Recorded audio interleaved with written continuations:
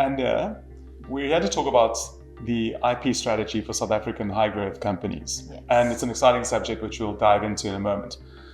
But international structuring is a bigger subject, and there's a lot more to it. Why don't you take us through some of the other factors to consider and anticipate if a client goes through an international structuring process? Sure, I think that's a really good point to start with, because offshoring can have lots of different motivations.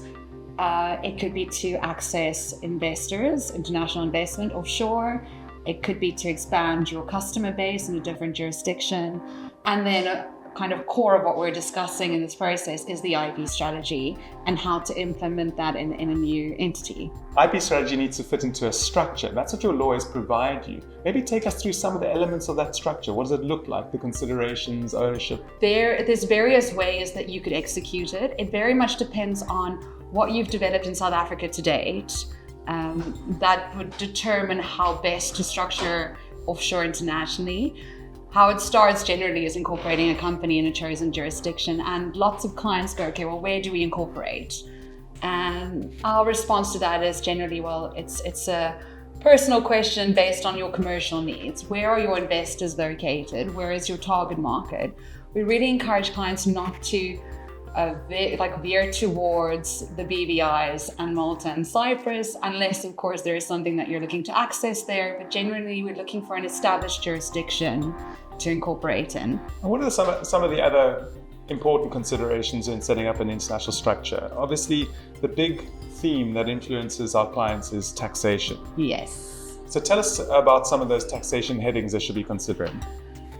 Generally, to start with, the biggest one is place of effective management. Place of effective management. Place of effective management is the biggest one. It's for context and for our viewers. Where your company is incorporated does not necessarily dictate its tax residency, and tax residency dictates where your company will be taxed. And place of effective management, in a nutshell, is where your executive management decisions are made. Where the board meets. Exactly. Okay. As a starting point. Starting point. So a client would have to navigate a process of understanding that their board would have to meet in the country where they want to create value going forward. Correct. Okay, that's just the starting point. Correct. And then I recall there's also a consideration around the offshore company being a controlled foreign company.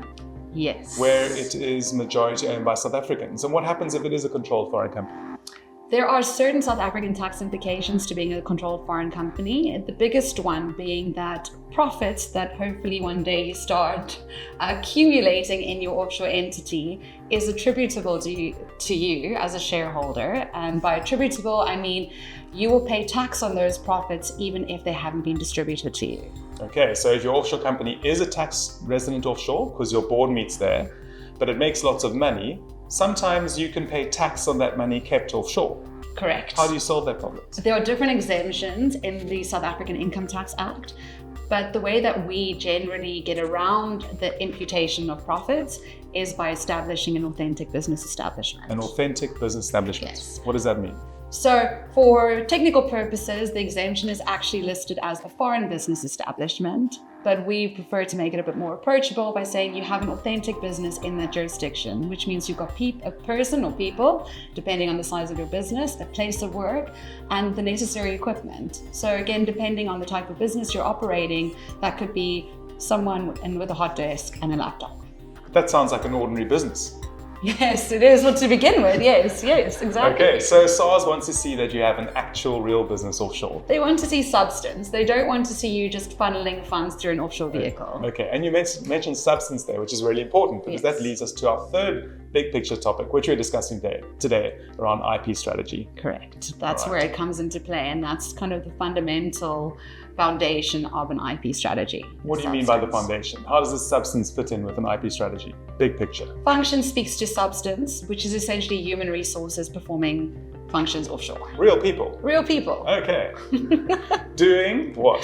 Doing what they are assigned to do. So again, this comes down to what your strategy is. If your strategy is just to offshore globally and access a new market and potentially investment, the person required offshore might not need to be a CTO or someone driving the development process. It could be someone just reselling your product offshore. Okay, so you don't need to have an IP strategy necessarily to go offshore. Correct. Okay. it is definitely, well, dependent on your business, it's definitely one of the core reasons why our clients go offshore, but it's not the only reason. Now we're going to take our watchers through an IP strategy and dive deeply into what those human resources need to perform offshore. We'll do that in a moment. But in the meantime, why are we discussing this?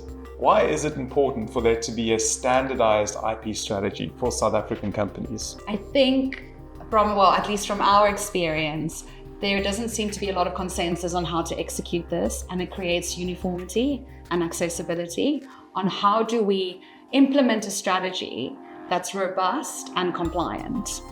And startups or high growth companies don't always understand the nuances about offshoring and the regulatory hurdles that they have to almost jump across to get there.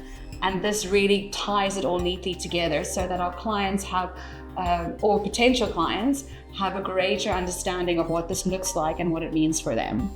Great. It seems like we're trying to create a consistent approach across the market. And we're conscious that there are a lot of advisors in the market with a lot of more and less complicated solutions. And because ultimately high growth companies in South Africa just want to set up offshore to raise cash, we want to create the most efficient way to achieve that. So let's flesh out in the coming discussions of what a consistent approach is that is absolutely credible and compliant, and which achieves our clients' goals of building value offshore, which will be attractive to an international investor.